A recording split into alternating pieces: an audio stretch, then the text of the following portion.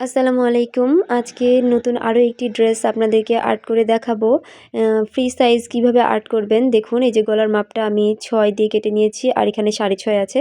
যদিও আমি এটা 7 রাখি, ওপরে একটু ফাঁকা রাখি।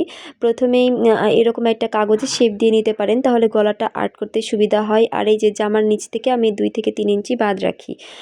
তারপরে 2-3 ইঞ্চি বাদ রাখার পরে আপনার জামার ঝুলটা কতটা লাগবে আপনি সেটা নিতে পারেন। আমি আজকে এই ড্রেসটা একটা মাত্র ফুলের মাধ্যমে কমপ্লিট করে দেখাবো আপনাদেরকে। আর এই তো দেখতে পাচ্ছেন আমি কেটে এখানে কাপড়টা মাপ করার সময় আপনাদেরকে সিলটা দেখাচ্ছিলাম বারে বারে। এই সিলটা হলো বেক্সি বয়েলে এভাবে সিল থাকে, অরিজিনাল বেক্সি বয়েল যেটা, সেটাতে এইভাবে সিল থাকে, প্লাস সাইডেও লিখে দেওয়া থাকে যে বেক্সি বয়েল। 2 হাতের বেক্সি বলে অনেক সময় দোকানদারেরা অরবিট মসলিনটা ধরিয়ে দেয়। যেমন ফার্স্ট টাইম আমি যখন আমার বিজনেসের জন্য কাপড় কিনেছি তখন আমি এই সমস্যার সম্মুখীন হয়েছি। আমাকে ওনারা বেক্সি বয়েল বলে অরবিট মসলিনটা দিয়েছিলেন, যদিও বোঝা যায় না অরবিট মসলিনটা একটু চওড়াই কম হয়, বেক্সির 2 হাতের থেকেও একটু চওড়াই কম হয়। আর যাই হোক, তো এইভাবে আমি গলাটা মাপ করে কেটে নিয়েছি আর লম্বাতে এটা 8 ইঞ্চি রেখেছি। এখন আমি প্রত্যেকটা ডিজাইন আর্ট করার সময় আমি এভাবে কাঁধ থেকে মাপ করে কাপড়টা বাদ দিয়ে দিই। আমি সুন্দর করে আসলে বডি শেপ অনুযায়ী অনেকটা কাজ বাদ দিয়ে দিই, কারণ ওগুলো এমনিতেও কেটে ফেলা হবে। আর কর্মীদেরকে দিয়ে এক্সট্রা কাজ না করাই নেওয়ার জন্য এটা আর কি, ওদেরও কষ্ট হয়, কষ্টটা কম হয়। আমাদের চাহিদা অনুযায়ী আমি ড্রেসটা তৈরি করে দিই। আর এই তো এখন দেখতে পাচ্ছেন গোল গোল করে হাতে আর্ট করে দিচ্ছি, এটা সবগুলোই ডলার হবে। আমি প্রত্যেকটা জিনিস যে ট্রেসিংয়ের মাধ্যমে করি তা না, আমি হাতে আর্ট করতে বেশি পছন্দ করি। কিছু কিছু জিনিস যেগুলো রিপিট করতে হয় বারবার, ওগুলো ট্রেসিংয়ে ভালো হয়। আর এই তো দেখতে পাচ্ছেন এই একটা ফুলের মাধ্যমে আজকে আমি এই পুরো ড্রেসটা আপনাদেরকে কমপ্লিট করে দেখাবো, প্লাস ওড়নাটাও। কারণ এই ড্রেসটা তো নেট দুনিয়ায় খুবই ভাইরাল, কেউ দেখেনি এমন কেউ আছে বলে আমার মনে হয় না। তো এই ভাইরাল ড্রেসটা আপনারা কিভাবে একটা মাত্র ফুলের মাধ্যমে আর্ট করবেন, ফুল ড্রেসটার ড্রয়িং প্লাস ওড়না ড্রয়িং কমপ্লিট করবেন, এখানে তাই দেখানোর চেষ্টা করেছি। দেখতে পাচ্ছেন ফুলটা আমি এভাবে কপি করে নিচ্ছি ও নিচে রেখে উপর দিকে ফুলটা ছাপিয়ে নিচ্ছিলাম। আর এভাবে ছাপ দিলে হয় কি, প্রত্যেকটা ফুল এবং পাতা প্রত্যেকটা সমান সমান হয়, দেখতেও ভালো লাগে।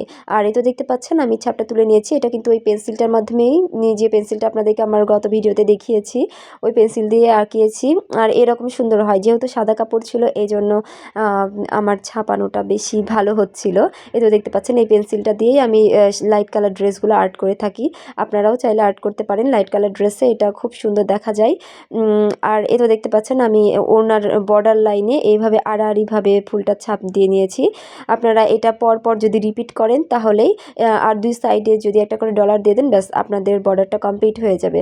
আর আমি যেহেতু হাতে আঁকাবো না সেহেতু আর আঁকিয়ে দেখাইনি আপনাদেরকে, আমি আজকে ট্রেসিংয়ের মাধ্যমে ড্রেসটা ছাপাবো, সেই জন্য আপনাদেরকে আর বেশি আঁকিয়ে দেখাইনি। ট্রেসিং যেমন একটার পর একটা ওই একই ফুল আমি ছাপ দিচ্ছি, সেইভাবেই আপনারা চাইলে ওই একই ফুলেরই ছাপটা বারে বারে তুলতে পারেন আপনাদের হাতে আঁকানোর মাধ্যমে।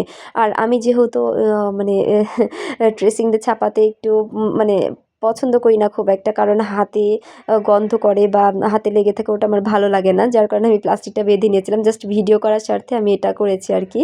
তাছাড়া আমার যখন ছাপানোর কাজ থাকে তখন আমি ওর পরে অনেক কিছু কাজ রেডি করে রাখি, মানে কাপড় কাচার মতো, যাতে মানে ওইগুলো করতে করতে যাতে হাত থেকে স্মেলটাও চলে যায়, প্লাস রঙগুলো উঠে যায়, সেই জন্য আর কি।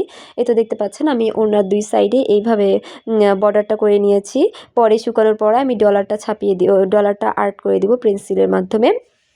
আর এইভাবে আমি পুরা ওড়নাটা কমপ্লিট করে নিয়েছি, দেখতে পাচ্ছেন পুরা ওড়না প্লাস জামার হাতাতেও আমি এইভাবে বর্ডারটা করে দিব। আর এই তো ওপর দিকে দেখতে পাচ্ছেন আমার ওড়নাটা প্রায় পুরাপুরি কমপ্লিট, প্রায় আধা কমপ্লিট করে ফেলেছি। যেহেতু ওড়নার 4 সাইডে বর্ডার দিব না, সেহেতু আমি ওড়নাটাতে অনেক ঘন করে ছিটানো দিয়েছি।